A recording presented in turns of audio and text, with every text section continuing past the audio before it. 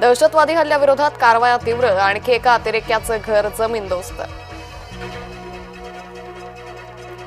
निवडणुकांवेळीच दहशतवादी हल्ले कसे होतात, हर्षवर्धन सपकाळ यांचा सवाल।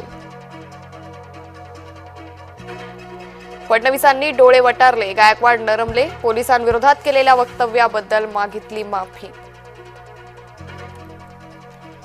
गिरणी कामगारांचं शिष्टमंडळ शेलारांच्या भेटीला, एनटीसीच्या जागा गिरणी कामगारांना द्या, गिरणी कामगारांची शेलारांकडे मागणी।